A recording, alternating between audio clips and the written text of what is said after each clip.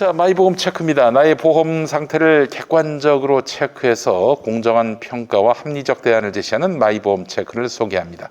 마이보험 체크는 보험 가입자의 이익을 최우선으로 합니다. 그 증거, 마이보험 체크를 통해서 계약한 장신보험, 즉 종신보험 등의 월 평균 보험료가 5만 원 미만입니다. 이 얘기는 소비자에게 가장 합리적인 상품을 판매해 왔다는 의미입니다. 불필요하게 비싼 거 가입하려고 하면 마이보험 체크는 오히려 고객을 말립니다. 또한 마이보험 체크의 상담 대비 계약 체결률은 평균 25%로 체결률이 낮은 이유는 상담 후 소비자에게 부담을 전혀 안 주기 때문입니다. 그야말로 진짜 무료 상담입니다. 상담 후 귀찮게 연락하는 것 제로입니다. 상담은 마이보험 체크가 하지만 결정은 소비자가 선택하시면 됩니다. 암보험 등의 진단비 보험이나 건강보험, 어린이보험, 치아보험, 운전자보험 등 단일 보험 상품도 최적의 조건을 찾아서 가입할 수 있도록 도와드리고 무엇보다 최고의 보험 전문가들이 가입된 보험 전체에 대한 정확한 분석을 통해 고객의 상황에 맞게 맞춤형으로 리모델링 해드립니다. 마이보험 체크에 지금 연락해서 무료 상담 받으시고 합리적 보험 설계 받으시기 바랍니다. 나와 가족을 위한 가장 특별한 선물, 마음 든든해지는 보험으로 준비해 보시기 바랍니다. 마이보험 체크는 생명보험협회와 손해보험협회에 등록된 보험대리점 소속입니다. 홈페이지는 한글로 마이보험체크 그리고 영어로 .com, 전화는 1800-7917번이 되겠습니다. 네. 자, 이번에는 우리 민동기 기자님 한번 좀 얘기해 주시죠. 지난주하고 이번 주까지 윤석열 전 총장 사고를 많이 치지 않았습니까? 네. 그 못지않게 최재형 전 감사원장 역시 국민의힘 내부에서조차 다른 후보들로부터 융단 폭격을 받고 있거든요. 홍준표 의원하고 윤희숙 의원이 준비 안 됐으면 다음 대선에 나오라고. 아, 그래요? 네. 입당한 비용을 지불하는 거예요, 지금. 입당 안 했으면 이런 욕을 왜 해? 밖에서 비웃기나 하겠지. 그리고 사실은 대선 후보 출마를 선언을 하면서 미천을 솔직히 다 드러낸 거 아니겠습니까? 기자들이 질문을 하는데 심지어 대선 출마 선언과 관련해서 어떻게 하겠습니다. 기자들이 이렇게 하겠다는데 구체적으로 그럼 어떤 방안을 가지고 계십니까? 아, 제가 아직 준비가 안 돼서, 제가 아직 정치에 들어온 지 얼마 안 돼서 모르겠습니다. 이렇게 얘기를 해버리니까 원래 대선 출마를 선언하는 정치인에 대해서는 어지간하면은 이상한 기사 잘 안 쓰거든요. 흔히 말해서 까는 기사를 잘 안 씁니다. 근데 최재형 전 감사원장 같은 경우에는 상당히 대선 출마를 선언한 당일부터 비판하거나 부정적인 기사가 많이 쏟아졌어요. 이유가 뭐냐하면 기자들이 물었을 때 모르겠다라고 답변한 게 굉장히 많았거든요. 근데 그 와중에 최재형 전 감사원장을 쉴드 치는 매체가 있었습니다. 간단하게 언급을 할까 하면 네. 연합뉴스입니다. 연합뉴스. 국가기관 통신사 8월 4일 당일입니다. 제목만 간단히 언급을 하겠습니다. 애국가 열창으로 결기다진 최. 대한민국 외치며 주목 불끈. 연합뉴스가 굳이 이렇게까지 보도를 해야만 했던 이유는 뭔지 잘 모르겠고요. 그리고 한국경제. 이게 진짜 애국가지. 최재형 애국가 독창에 감동한 시민들. 이건 완전히 발을 푹 담그는 기사였고요. 그리고 예상은 했습니다만 조선일보가 이 대열에 동참했습니다. 최재형 출마 선언식에서 애국가 직접 불렀다. 이런 기사를 썼고, 그리고 경제지에서 솔직히 최재형 전 감사원장을 두둔하는 기사가 굉장히 많았습니다. 머니투데이 계열이죠. 뉴시스, 최재형 구국의 정신, 최재형 대통령론 설파 주력, 이런 기사를 계속 냈고, 파이낸셜 뉴스 같은 경우만 하더라도 최재형 대선 출사표 윤석열보다 구체화됐다, 이런 제목의 기사를 보도를 했습니다. 저는 이거는 좀 문제가 상당히 좀 심각하다라고 보고요. 처음에는 대선 출마를 선언한 당일에만 이런 기사를 쓴 줄 알았거든요. 근데 주말에 이 최재형 전 감사원장의 부인이 최재형 TV에 출연을 합니다. 그래서 눈물을 흘렸다는 이런 기사가 마구 쏟아집니다. 역시 어딘가를 봤어요, 제가. 이런 기사, 그러니까 최재형 전 감사원장의 부인이 감성 내조를 하고 있다라는 식의 기사는 별로 많이 안 썼어요. 근데 어디 썼는지 제가 말씀을 드릴게요. 오늘입니다, 오늘. 연합뉴스. 또 연합뉴스 등장합니다. 최 부인 이소연, 감성 내조, 그리고 땡땡땡 치고 윤 김건희, 개냥주인 막후 기획? 그러니까 최재형 전 감사원장의 부인 이소연 씨는 감성 내조에 나섰고 여기에 뒤질세라 김건희 씨도 보이지 않는 곳에서 윤 전 총장의 SNS 관리에 힘을 보태는 것으로 알려졌다. 이렇게 보도를 합니다. 내조라는 것 자체가 진짜 이게 구리네요. 구린 보도죠. 그리고 국민일보가 역시 이 대열에 동참합니다. 제목이 눈물 흘린 아내, 설거지 사진 공개한 딸, 가족들이 지지한 최재형. 기사 내용은 굳이 소개해드리지 않겠습니다. 정말 감성의 기사를 거리낌없이 쓴 국민일보였고요. 또 하나 아까 언급해드린 머니투데이. 예, 오늘 기사 제목이 최재형 지지에 나선 가족들, 눈물 흘린 아내, 일상 공개한 딸. 역시 감성적인 어떤 그런 측면을 호소했고요. 디지털 타임스, 애국가 만번 부를 것 최재형 아내, 남편 응원하다 눈물 글썽, 내가 도울 차례. 예, 역시 머니에스 아시죠? 예, 머니에스라고.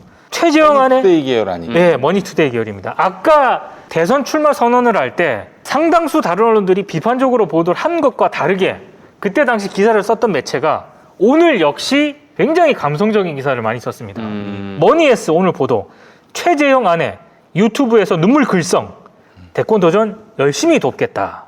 서울경제도 역시 애국가 만번 부를 것 이렇게 보도를 했고, 네, 맨 마지막을 역시 장식한 것은 조선비즈입니다. 조선비즈, 눈물 흘린 아내, 설거지 사진 공개한 딸, 최전폭 지지 나선 가족들 해서 이 조선비즈의 기사는 굉장히 사진들이 많이 들어갔습니다.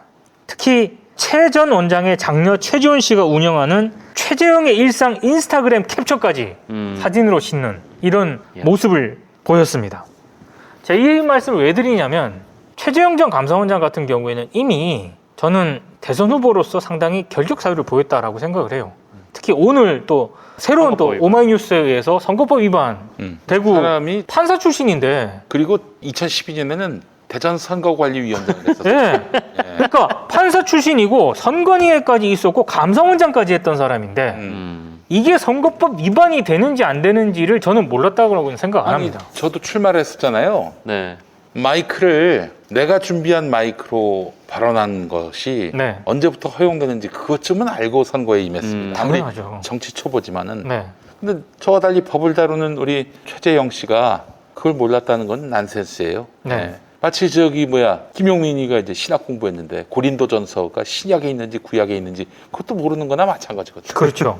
예. 네. 근데 최재형 전 감사원장은 사실 이미 저는 밑바닥이 다 드러난 그런 상태라고 보는데 그럼에도 불구하고 조선일보를 비롯한 일부 경제지라든가 매체에서 최재형 전 감사원장에 대한 어떤 감성 기사를 쓰는 이유는 몇 가지 이유가 있다고 생각을 해요. 첫 번째는 일단 그런 식으로 기사를 대선 때 써왔어요.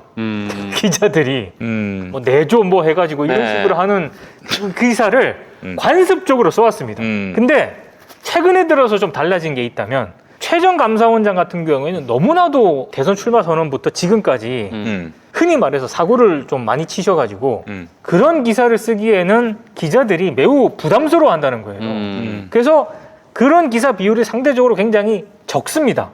적는데도 불구하고 일부 매체는 여전히 그런 관습적으로 쓰는 기사를 쓴 것 같다. 아가 있는 게 하나 있는 것 같고 또 하나는 저는 이건 조선일보 같은 경우에는 매우 의심을 하고 있는데 윤석열 전 총장 같은 경우에는 워낙 지금 실언에다가 지지율이 뚝뚝 떨어지지 않습니까? 네네네. 이제 최재형 전 감사원장까지 만약에 지지율이 추락을 하게 되고 굉장히 이미지 타격을 입게 되면은 이 국민의힘 대선 경선에 적신호가 들어올 수밖에 없는 그런 상황이라고 보거든요. 그런 부분을 좀 쉴드치기 위한 약간 정치적인 어떤 그런 의도도 상당히 좀 있는 것 같다. 이건 저희 전적인 개인적인 추측이긴 합니다만 유독 최재형 전 감사원장에 대해서 조선일보가 윤 전 총장보다 오히려 더 굉장히 감싸는 듯한 그런 태도를 보이고 있습니다. 이건 약간 좀 이상한 그런 대목이긴 한데 저는 최재형 전 감사원장을 조선일보가 지지한다라기보다는 최재형 전 감사원장까지 이미지 타격이 가해졌을 때 취해질 수밖에 없는 여러 가지 국민의힘 대선 경선에 이 삑사리 이런 거를 좀 우려했던 그런 대목이 있는 게 아닌가. 근데 오래 가지 않을 것 같다. 네, 이런 생각이 좀 들더라고요. 좀 최재형 씨 보면 말이죠. 착한 이미지로 지금 계속 어필을 하고 있는 것 같아요. 2020년 10월인가? 그때 그 월간조선에 난 걸 보면은 교회 장로잖아요. 네. 이 사람이 이제 교회 장로인데 다니고 있는 교회의 목사가 인터뷰한 내용이 있습니다. 한번 보세요. 소탈하다라는 표현으로는 부족하지요. 적선하듯이 베푸는 게 아닙니다. 보통 사람들 눈높이에서 바라보고 호흡하는 또 생활하는 그런 장로님의 모습에서 우리도 완전히 충격을 받았습니다. 기독교에는 작은 예수란 말이 있어요. 예수가 그랬듯이 작은 자, 보잘것없는 자를 진심으로 섬기는 사람들을 흔히 작은 예수라고 일컬어요. 아마 최재형 장로님이 작은 예수가 아닐까 조심스럽게 생각해 봅니다. 야, 이러면 말이죠, 우리 황교안 전도사하고 겹칩니다. 그렇죠. 컨셉이 겹쳐요. 네. 자, 큰일 났습니다. 우리 황교안 전도사. 네. 이렇게 선행, 미담, 또 애국심 마케팅 이런 걸로 해가지고 점수를 좀 얻으려고 하시는 것 같은데, 그래서 어떤 분이 국민의힘 당에 들어가지 마시고 따로 창당을 하시라. 아침마당.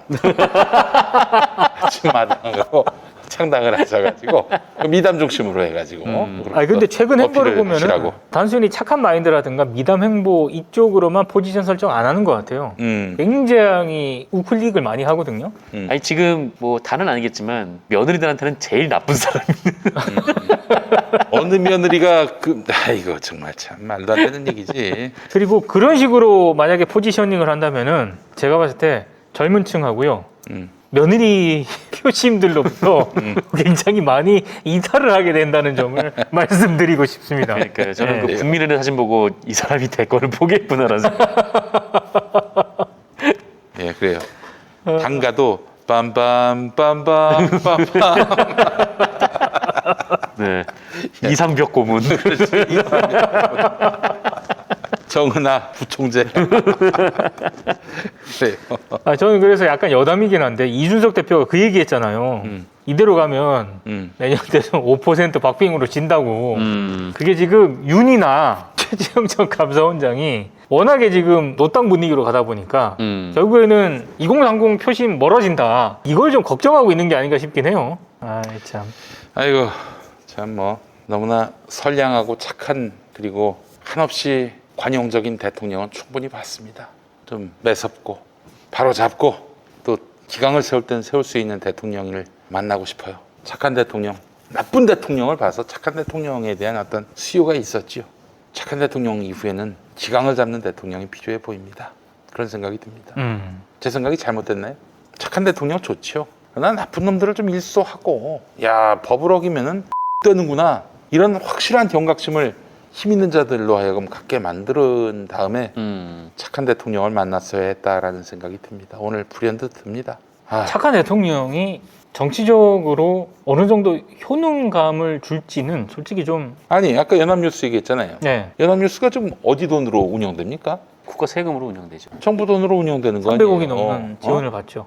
정부 돈으로 운영되면은, 정부 돈으로 운영됐기 때문에 이명박 때 4대강 홍보하고 박근혜 때 온갖 박근혜 터무니없는 말도 안 되는 그런 주장, 시책 이런 것들을 또 나팔스 노릇을 했잖아요, 연합뉴스가. 근데 이 정부 들어서는 왜 안 합니까? 이 정부가 그렇게 무섭지 않으니까 그런 거 아니에요? 아니, 돈을 주고도 이렇게 비웃음 당하고 야당 주자 키워주기나 하고, 뭐가 정상입니까? 이명박 박근혜 때가 정상입니까? 아니면 지금이 정상입니까? 다시 한번 말씀드리지만 그래서 저는 참여정부 때 연합뉴스를 국가기관 통신사로 지정하는 것에 대해서 반대했습니다. 그냥 하고 싶은 민간 언론으로 가라고 그래요. 또한 정부가 뭐가 필요해요? 국가기관 통신이 뭐가 필요합니까? 연합뉴스 도움을 받을 게 뭐가 있어요? 아니, 전 세계에 연합뉴스보다도 더 많은 공관과 인력들이 나가 있고 또 우리 나름의 어떤 그런 공보 사무를 담당하는 그런 기관들 있잖아요. 부처가 있잖아요. 연합뉴스가 왜 필요해요? 그러니까 그때 여러 그때 이유가, 방송이 없습니까? 신문이 없습니까? 그때 여러 이유가 있었어요. 근데 그 중에서 몇 가지 내세웠던 것 중에 하나가 우리만의 시각을 가진 국제뉴스. 그러니까 그만큼 이제 해외로 흔히 말해서 주요 나라, 주요 국가 중심이 아니라 새로운 어떤 그런 제3지대라든가 동남아라든가 이런 뭐 많이 보내겠다는 거죠. 그리고 또 하나는 로컬 뉴스 강화. 그만큼 이제 지역이라든가 이런 문제에 대해서 관심을 가지겠다라고 했는데, 다른 여러 가지도 있었지만 제가 주목했던 건 그 두 가지였거든요. 근데 그렇게 됐냐고요? 안 되고 있잖아요. 데이비드 림, 용민이 그래도 문정부 욕하지 마라. 야, 내가 네 친구냐? 그리고 문정부 욕하지 말라고 내가 언제 욕했어? 아, 진짜 이런 터무니없는 새끼들이 많아요. 그리고 분명히 얘기하자고. 욕하지 말라고. 비판하지 말라고. 비판으로 들을게. 비판할 일도 비판하지 마. 그래서 돌아오는 게 뭐가 있는데? 이재용 가석방인데 아무것도 하지 마. 그럼 그냥 무조건 그냥 할렐루야야? 아멘이야?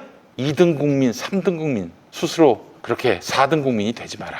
너 같은 놈들 때문에 이 지경 이 모양이 됐어. 수박들한테 잘못 인식을 심어줬어. 뭐 이러나 저러나 선거 때문에 우리 찍겠지. 그런 같은 마인드를 심어줬단 말이야. 너 때문에, 너 같은 4등 국민 때문에 쪽팔린 줄 알아야지. 진짜. 자, 계속 가시죠. 그래서 지금 선거법 위반 지적까지 받고 있기 때문에 앞으로 뭐 최재형 전 감사원장에 대한 언론의 이런 온정적 태도가 언제까지 갈지 모르겠습니다만 제가 봤을 때 이런 태도도 머지않았다. 예, 왜냐하면 감당할 수 없는 수준으로 지금 실언이나 실수가 많이 나오고 있기 때문에요. 하지만 이런 거는 기록 차원에서 반드시 짚고 넘어가야 됩니다. 예, 그래서 오늘 매체명하고 제목을 간단하게 얘기를 해봤고요. 그 얘기를 한번 또 해볼까 싶어요. 지금 민주당의 언론중재법 개정안과 관련해가지고요. 이게 지금 왜 반대를 해? 그 언론 진보적 언론 단체들 언론 노조도 반대하죠. 네, 다 반대예요. 왜 반대? 저는 근데 그 얘기는 사견임을 전제로 그건 분명히 좀 짚고 앞으로 저는 그런 스탠스를 유지를 할 건데요. 저는 한국기자협회와 전국 언론노동조합을 진보적 시민단체로 현업인 단체로 저는 규정하지 않습니다.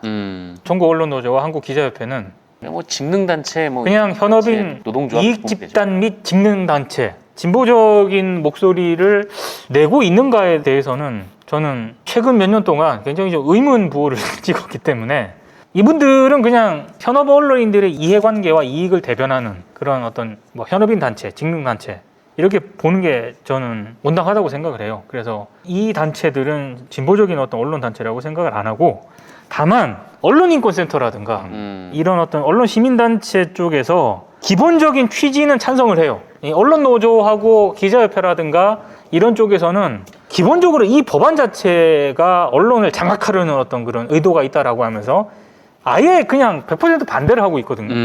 근데 언론인권센터라든가 민변이라든가 이런 쪽은 약간 스탠스가 다릅니다. 그래서 기본적으로 이분들은 왜 이 몇몇 부분에 대해서 반대를 하는지에 대해서 그 부분은 제가 봤을 때 민주당도 좀 고민을 할 필요가 있어요. 일단 언론인권센터 같은 경우에는 피해자, 언론 보도로 인한 피해자를 기본적으로 구제한다는 그런 기본 취지에 전폭적으로 공감을 해요. 다만 어떤 부분에 있어서 좀 반대를 하냐면은 이게 계속 논란을 빚고 있는 게 언론의 고의 중과실을 추정하는 규정이 있습니다. 이 6개 규정이 있거든요. 이 부분에 대해서는 이건 논란의 소지가 있기 때문에 언론인권센터에서도 이 부분은 좀 개정을 해야 된다. 삭제를 하거나 개정을 해야 된다라고 생각을 하는 게 이게 왜냐하면 개정안에 따르면은 취재 과정에서 법률을 위반한 경우 그리고 정정보도 청구 등이나 정정보도 등이 있음을 표시하지 않은 경우 혹은 정정보도 청구 등이 있는 기사 또는 뭐 이런 기사를 만약에 인용보도하는 경우 있지 않습니까? 이런 부분까지 다 지금 고의중과실에 해당한다라고 포함을 시켰거든요. 이거는 약간 논란이 좀 제기될 수 있는 그런 부분이에요. 왜냐하면 취재 과정에서 현행 법률을 위반하는 경우가 발생할 수도 있습니다. 근데 이랬을 때 무조건 징벌적 손해배상 대상이다 라고 해버리면은 제가 봤을 때 이거는 케이스 바이 케이스로 가면은 엉뚱하게 피해를 입는 그런 있어요. 네. 부분이 분명히 있고요. 또 어떤 뭐 대기업이라든가 정치 권력이라든가 이런 데서 검찰이 됐든 어디가 됐든 간에 그 보도에 대해서 정정보도 청구를 했습니다. 근데 그 보도를 인용한 매체가 있을 거 아닙니까? 근데 일단 정정보도 청구 대상이 되면 그 보도를 인용을 하면 같이 대상이 되는 거예요. 그러니까 이거는 좀 문제가 있는 거죠. 왜냐하면 그런 식으로 따지면은 뭐 탐사 보도라든가 어떤 대기업을 감시하는 그런 보도에 있어서 일단 정정보도 청구나 이렇게 해버리면은 그 추가 보도를 다 막아버리는 그런 상황이 발생을 할 수 있거든요. 그리고 또 하나는 차단하는 거 있지 않습니까? 어떤 인터넷 기사라든가 이런 거를 문제가 됐을 때 바로 차단할 수 있는 그런 조치도 이거 허용할 수 있게 있거든요. 이것도 약간 논란의 소지가 있는 거죠. 그러니까 이런 부분들에 대해서는 조금 개정할 필요성이 있거나 언론의 고의 중과실을 규정하는 6개 규정은 가급적이면 삭제하는 게 좋겠다라고 언론인권센터는 기본 취지에는 공감을 하면서도 부분적으로는 좀 개정해야 된다라는 입장이에요. 근데 저는 언론인권센터라든가 민변의 이 같은 입장에 저는 좀 찬성하는 편이거든요. 그러니까 민주당이 속도를 내서 8월 달에 이 법안을 반드시 통과시키겠다라는 것보다는 이게 나중에 국회 통과하는 과정에서도 이게 문제가 불거질 수 있고요. 국회를 통과하더라도 나중에 헌법 뭐 이런 부분에 있어서 논란이 될 수가 있기 때문에 헌법 위반이라는 이런 게 나중에 논란이 될 수 있습니다. 위헌. 예, 위헌 소지가 있을 수 있기 때문에 이 부분에 대해서는 이분들의 의견을 수용을 해서 개정 보완하는 작업이 좀 필요한 것 같습니다. 그러니까 제가 말씀드리고 싶은 거는 언론노조라든가 한국기자협회에서 반대하는 거랑요, 언론인권센터나 민주화를 위한 변호사협의회 미디어위원회가 있거든요. 미디어언론위원회. 거기서 일정 부분 비판하는 거는 약간 궤가 다릅니다. 그 부분은 좀 차별적으로 보실 필요가 있는 것 같아요. 아니 근데 그럼 그들의 대안은 뭐예요? 지금 이대로 그냥 가자는 거예요? 아니, 그러니까 그 부분에 대해서는 고위 중과실 같은 경우에는 사실 좀 애매모호한 측면이 있거든요. 명확성의 원칙에 위배된다 뭐 네. 이런 것이고, 그런데 말이죠. 일단 좀 불편해 봐야 됩니다, 언론인들이. 불편해 봐야죠. 저도 언론사 대표예요, 지금 평화나무. 네. 만약에 이렇게 그 징벌적 손해배상 당하면은 우리 문 닫아야 될지 몰라요. 예? 굉장히 취약하고 기반도 튼튼하지 않고요. 정말 그냥 뭐 하루 벌어 하루 먹고 사는 정도의 그 규모예요, 우리 저 평화나무가. 하지만 우리는 고의적으로 누구 엿먹일 목적으로 사실이 아닌데 허위를 주장한 적은 없고 앞으로도 그럴 생각입니다.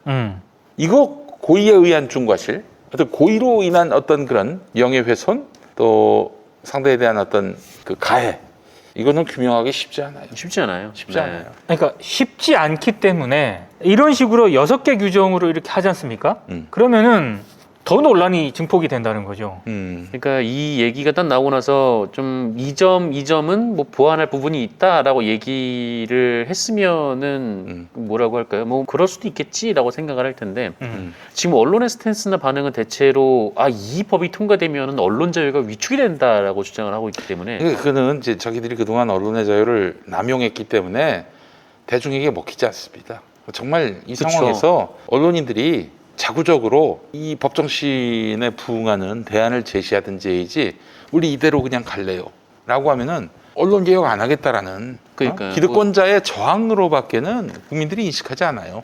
언론법 개정과 관련해서는 압도적 다수의 국민들이 지지하고 있지 않습니까? 네. 자기들이 먼저 모여가지고 좀 이 언론 보도로 인한 피해 구제를 어떻게 할 것인가 논의라도 좀 하든가. 그렇지. 뭐 이런 것도 없이 그냥 마치 이 법이 생기면은 뭐 언론 자유가 마치 파괴되는 것처럼 이렇게 주장을 하는데 사실 저번 주에도 말씀드렸지만 저는 그거 굉장히 좀 오버라고 생각하거든요. 왜냐면은 이게 아까도 말씀하셨지만 이 법이 약간 좀 모호성이 있어서 그러니까 뭐 악의, 중과실, 뭐 고의성 이거를 입증하는 게 일단 쉽지가 않을 뿐더러 그 입증 못하면요 무죄예요. 그러니까 언론에서는 그 입증도 자기들이 안 하겠다라는 건데 그쵸. 그러면은 사실 피해자들이 입증할 수 있는 방법은 아무것도 없어요. 없어요. 예. 네. 아니 피해자들의 피해를 왜 이렇게 가볍게 여기죠? 우리 언론인들? 아니 자기들이 하면 다 진리예요? 정의예요? 그건 아니잖아요. 그렇죠. 아니 언론의 이런 횡포에 대해서 어떻게 할 거야? 오늘 당장 김용민이 제가 한마디만 좀 할게요. 네. 제가 열린공감TV에 대해서 우호적이긴 합니다. 우호적이라고 제가 열린공감TV를 소유한 건 아니죠. 그렇잖아요. 근데 김용민이가 열린공감TV를 소유하고 있다라고 보도한 언론들이 꽤 많습니다. 제가 그래서 일일이 다 찾아가지고 지적을 했어요. 유시슨 2건입니다. 권지원 기자하고 한주홍 기자. 그리고 이투데이, UPI 뉴스, 세계일보. 제가 8월 6일 0시까지 자신의 유튜브 채널 열린공감TV, 김용민의 유튜브 채널 열린공감TV 혹은 김용민 씨가 운영하는 열린공감TV 다 바꾸라고 했어요. 소유도 아니고 운영도 아니고 나는 아무 상관이 없습니다. 거기 지분 1도 없고 출연한 적도 없고 거기 어디 있는지도 몰라요. 아니 근데 왜 그 기사를 그렇게 썼어?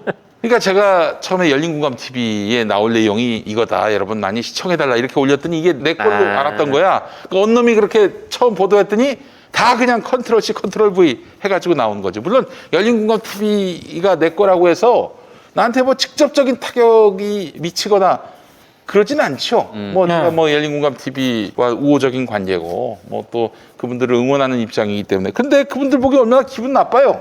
나하고 아무 상관도 없는데 내 소유래.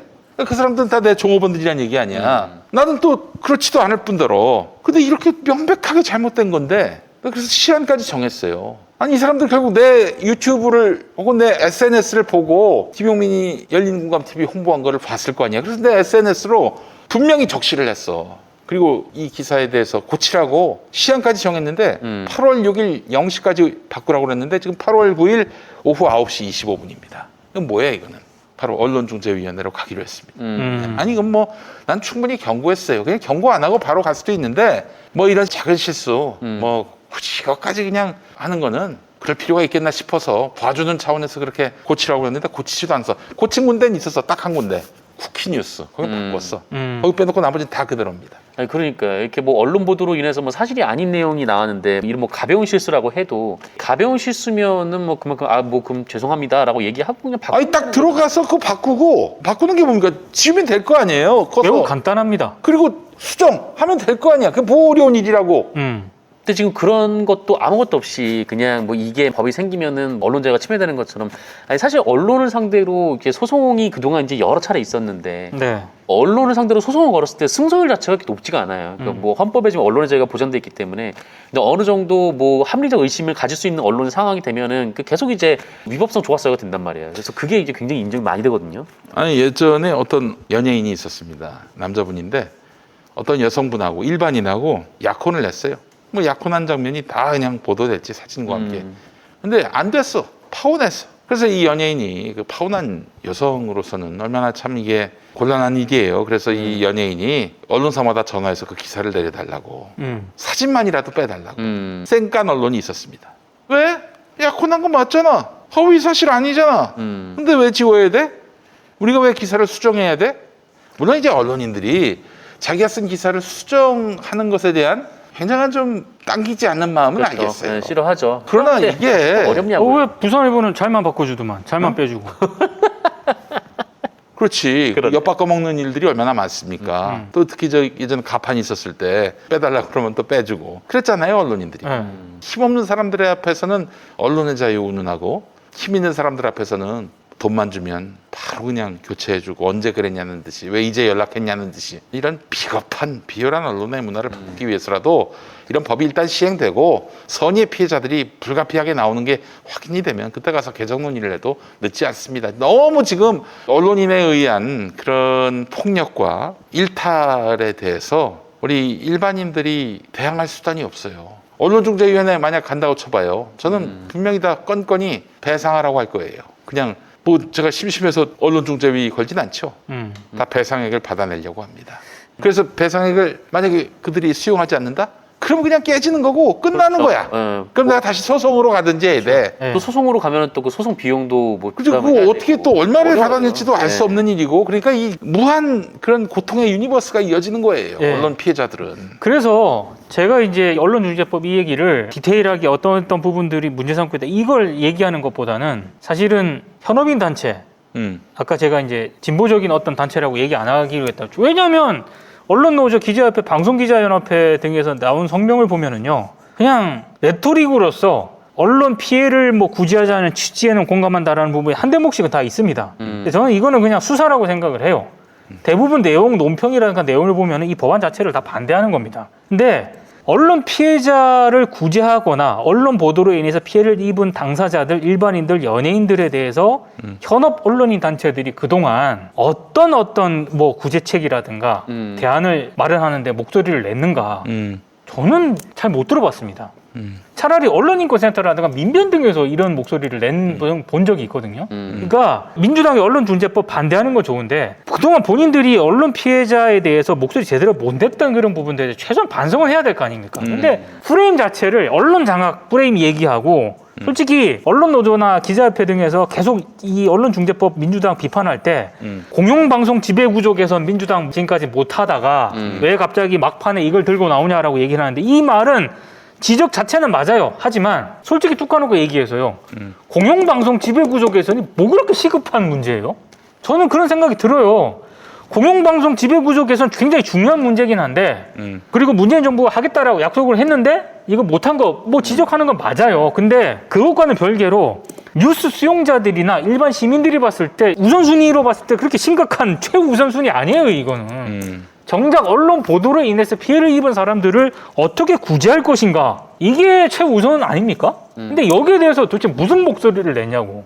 근데 민주당이 제시한 언론중재법 여기에는 기본적으로 아까 얘기한 고의중과실과 관련한 이런 논란이 되는 부분이 있긴 합니다만 기본적인 뼈대를 보면은요, 언론 보도로 인해서 부당하게 피해를 입은 사람들을 어떻게 구제를 하고 손해배상을 할 것인가에 포인트가 맞춰져 있거든요. 그러면 그 취지는 최대한 살려야 될 거 아닙니까? 근데 완전히 무슨 언론 장악법이라고 지금 얘기하고, 이게 논평 낸 거랑 조선일보, 조중동 보도를 보면은 별 차이가 없어. 저는 그거는 좀 문제가 있다고 보는 거죠. 그래서 기자협회하고 언론노조랑 방송기자협회를 저는 이제는 더 이상 뭐 진보적인 현업단체라고 생각하지 않습니다.